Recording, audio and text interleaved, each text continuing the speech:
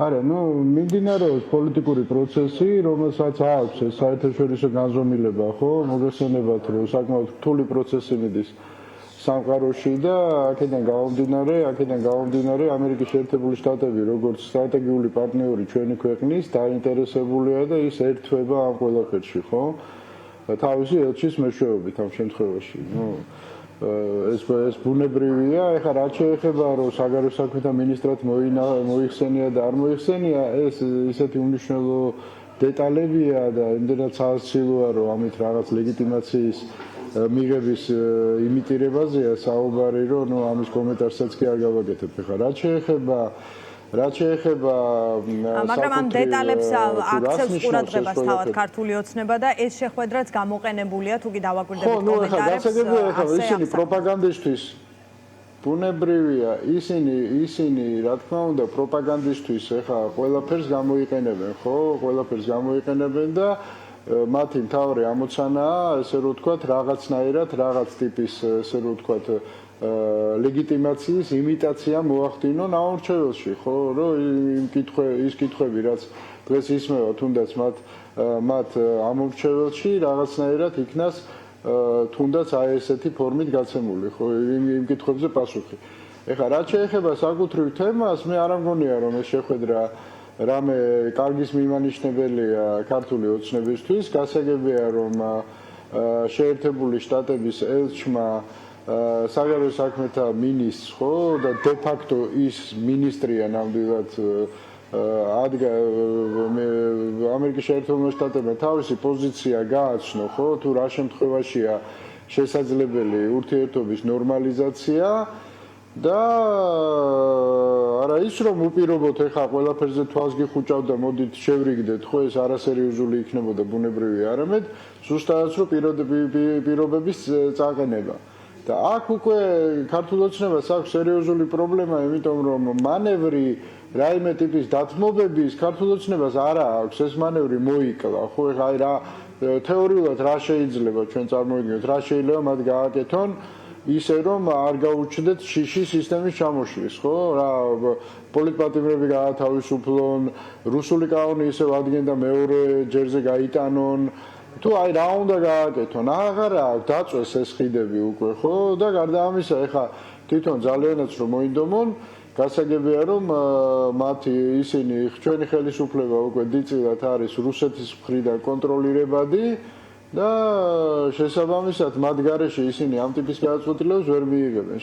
აქედან გამომდინარე, მაინც და მაინც კარგის მომასწავებელი და კარგი სცენარით განვითარების იმედი მათ არ უნდა ქონდეთ ამ თუნდაც ამ შეხვედრის შედეგების, ხო? იმიტომ რომ წაყენებულია პირობები, ალბათ ვადაც არის მიცემული, რა ვადაში უნდა იქნას ამ კითხვებზე პასუხები გაცემული, პასუხები არ იქნება და ზომებით შესაბამისი იქნება. მე უბრალოდ მოდელს მოგიყვანთ, რა ხდებოდა იგივე აი უკრაინის ირგვლივ, როდესაც ტრამპის ადმინისტრაციამ ძალიან დატუქსა უკრაინა და რუსეთთან რაღაც ესე რომ ვთქვათ, იქნებოდა იმის შთაბეჭდილება, რუსეთთან ძალიან დამტკბარი იყო და ლამის ესე რომ ვთქვათ, დიფირამბებს უმღეროდნენ პუტინს, მაგრამ დღეს შეიქმნა რეალობა, როდესაც ტრამპი უკვე ამბობს, რომ ესე რომ ვთქვათ, ის უმძიმეს სანქციებს დაუწესებს რუსეთს, ხო?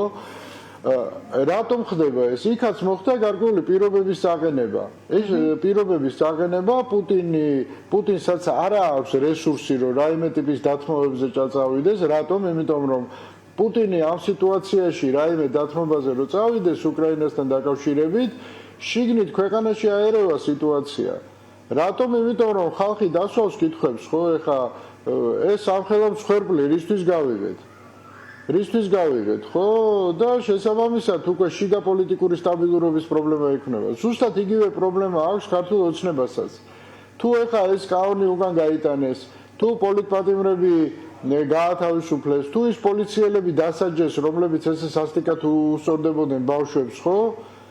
მაშინ მათივე მხარდამჭერებს გაუჩნდებათ კითხვები მათ მიმართ. მაშინ რა ხდებოდა ეს ყველაფერი ამხელა უბედურება, ამხელა ესე რომ ვთქვათ, კრიზისში რატო გადაჩეხეთ ქვეყანა, ხო? აქედან გამომდინარე არ აქვს მანევრი, რომელიც ესე რომ ვთქვათ, წაიყვანდა რაიმე ტიპის ურთიერთობების დალაგებისკენ და ეხა ის რომ შეერთებული შტატები უპირობოდ შეურიგდნენ ბიზნესს, ხო?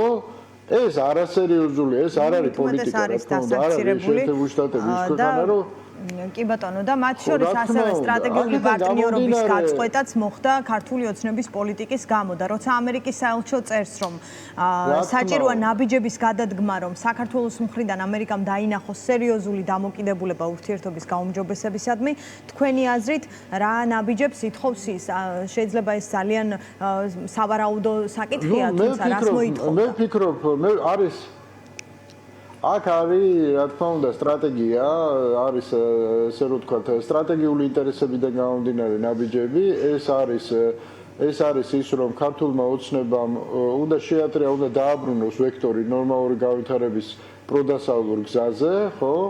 ერთგული უნდა დარჩეს კონსტიტუციური მოთხოვნების, ხო, სადაც პირდაპირ არის გაწერილი, რომ ჩვენი გზა არის ევროპისკენ და ევროატლანტიკური სივრცისკენ შესაბამისად დენონსირება უნდა მოხდეს იმ განცხადების, რაც კობახიძემ გააკეთა და რასაც ეს პროტესტი მოყვა, ხო, ამ მოლაპარაკების შეჩერებასთან დაკავშირებით.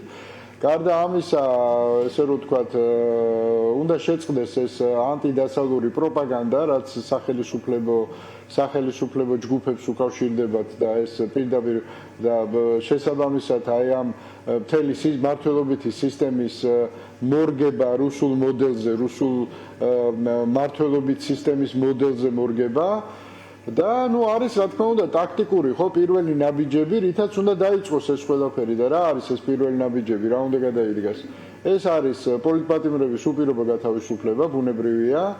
ეს უპირობო მოთხოვნა იქნება ალბათ და ეს იქნება კეთილინების გამოხატვა, ხო, იმიტომ რომ სხვა ყველა საკითხი ხა ერთ დღეში არ წყდება, ბუნებრივია ეს პროცესის ამბავია და ესე რომ ვთქვათ, ძალადობის შეწყვეტა, ხო? აი ამ ძალადობის. აი შეგვიძლია თუ არა ეს ჩამონათვალი, რაც თქვენ ჩამონთვალეთ, ქართულმა ოცნებამ რაღაც მანევრირების საშუალებად გამოიყენოს. ანუ ესენი ეს პირობები დააკმაყოფილოს და ახალი არჩევნები არ ჩანიშნოს. არა, თეორიულად შესაძლებელი.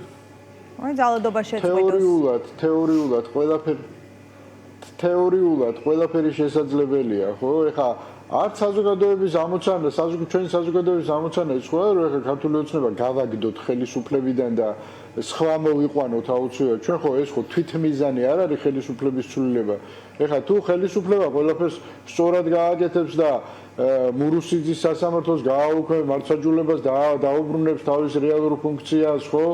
თუ იმ რეფორმებს გაატარებს და დაუბრუნდება დემოკრატიული განვითარების გზას და თუ პროევროპულ ხაზს გაატარებს და იმ 12 პუნქტსაც შეასრულებს, ხო?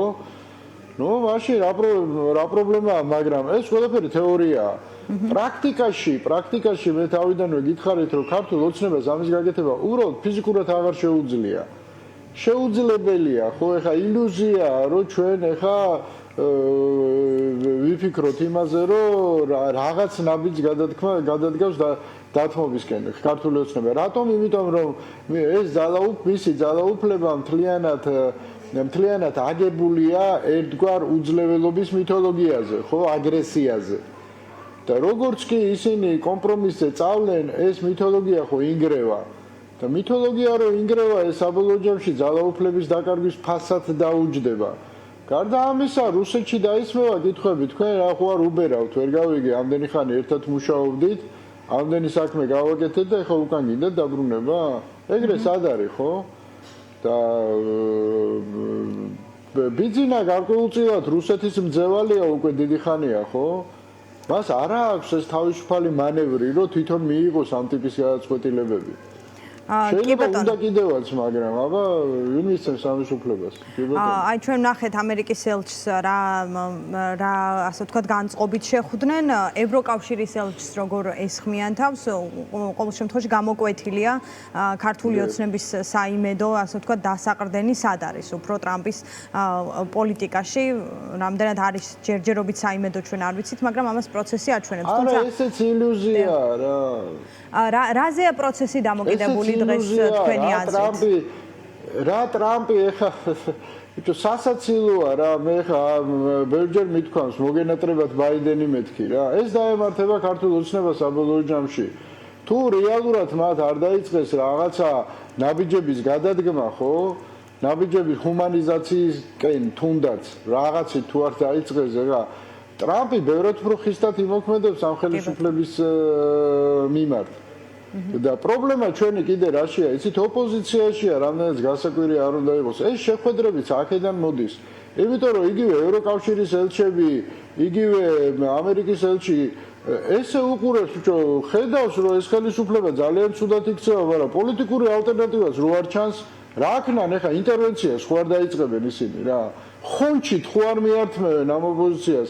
ესე რომ ექსპერტებად რო იქცენ და ძირითადად ტელევიზორში რო ჩანან და არანაირი ესე რომ ვთქვათ იმის მცდელობაც კი არა აქვთ რომ ამ პროცესის ლიდერები გახდნენ ხო კაპიტალიზაცია მოახდინონ ამ უზარმაზარი საპროტესტო ენერგიის მცდელობაც კი აღარა აქვთ და ეს ელჩები უყურებენ და ეხლა იბნევიან რა კი ბატონო ხელისუფლება ცუდია მაგრამ ვინ არის ალტერნატივა ვისაც შეუძლია არა მხოლოდ სურვილი აქვს რომ ხელისუფლებაში მოკალათდეს არამედ შეუძლია და რაღაცას აკეთებს ამისათვის აი ეს არის ჩვენი პრობლემა კიდე დამატებითი.